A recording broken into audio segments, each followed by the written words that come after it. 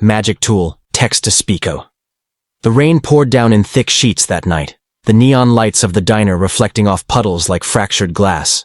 Every droplet that hit the pavement seemed to echo the heaviness in her chest. Sarah's hands trembled slightly as she wiped down the counter, trying to keep her composure. She had been on her feet all day, running orders, dodging impatient customers, and fighting back the gnawing fear in her heart. Her son, Danny, only 8 years old, had been sick for weeks, and the mounting hospital bills were suffocating. It was then that he walked in, like a storm arriving in human form. His leather jacket smelled faintly of gasoline and cigarette smoke, the kind that makes your skin tingle. His bike was parked outside, glistening wet under the neon glow, and his eyes scanned the diner with a mixture of caution and familiarity. He wasn't just any biker. He was known in town, whispered about in both fear and respect. A man named Jax, leader of the Iron Vultures, a notorious biker club that didn't take kindly to nonsense. Sarah's heart raced. She had seen him here before, and today he seemed different. There was a weariness to him, a shadow behind his eyes that hinted at untold stories. She took a deep breath and approached him cautiously, sliding a cup of coffee onto his table. He barely acknowledged her, and the diner went back to its hum of chatter and clinking silverware. For a moment, Sarah froze, staring at the few coins she had just handed him for his change. And then, with a trembling hand, she slid something else across the counter. A folded photograph of her son. Danny's eyes sparkled in the photo, his face lit up with the innocent joy of a child unaware of life's harshness. Jax's hand froze mid-air. His gaze dropped to the photo, and for the first time, the biker's hardened expression cracked. A silence fell over the diner, the kind that feels like the world has paused to listen. "Why?" he muttered, his voice almost a whisper, rough but filled with curiosity. "Because he's my world," Sarah said softly, her eyes glistening. "And I just want him to have a chance." If there was any doubt about who Jax was to the world, it evaporated in that instant. The man who had been feared on highways and in barrooms suddenly felt something he hadn't in years: compassion. He picked up the photograph and studied it as though it held the weight of the universe. Before either of them could speak again, Jax made a phone call. Not a business call, not a casual chat. He summoned his club. The Iron Vultures arrived at the diner in a thunderous roar of engines that rattled the walls. Patrons scattered, some in fear, others in awe. But Jax and Sarah stayed rooted in place, the photograph still between them. He introduced Sarah to the men, not with threats, not with bravado, but with a quiet reverence that surprised her. He told them about Danny, about the hospital bills, about the girl who had worked tirelessly day and night to keep her son alive while barely keeping herself together. And something incredible happened. The bikers, a group known for their toughness and their rule of survival on the road, collectively vowed to help. They didn't see her as a waitress, and they didn't see themselves as saviors. They saw a mother's love, raw and unyielding, and it stirred something deep within them. Days turned into nights filled with planning and preparation.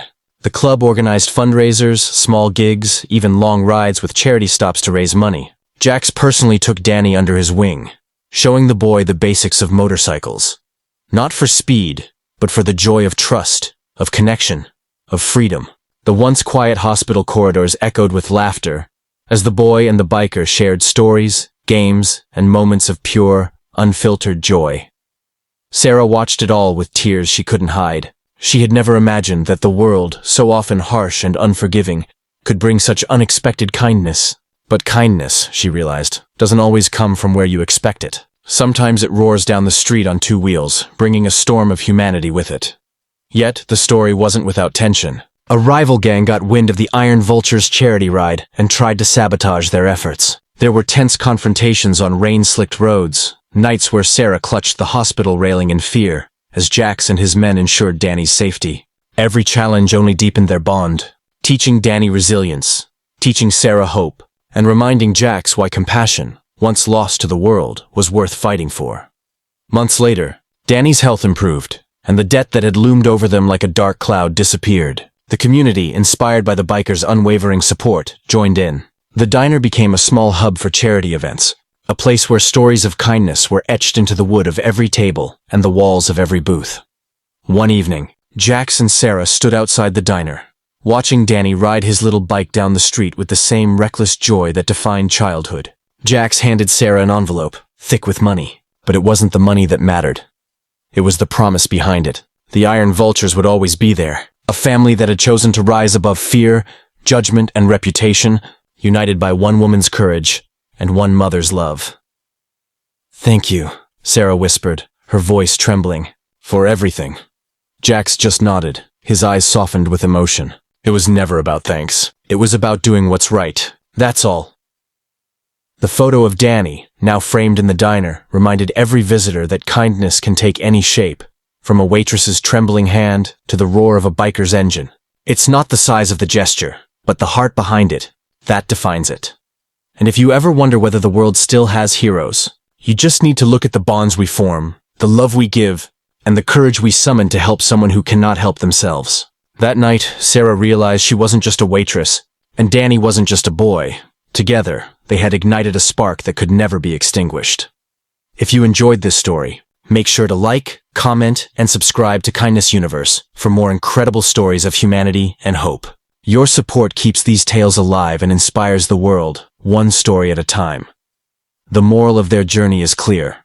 Courage and compassion can emerge from the most unlikely places. When we act with love, when we choose to see someone struggle instead of turning away, we create ripples that echo far beyond what we imagine. The Iron Vultures weren't just a gang. They were a reminder that even the fiercest hearts can harbor the softest kindness. And Sarah, through her bravery, had shown that a mother's love is a force unstoppable, capable of uniting strangers into a family bound by humanity itself.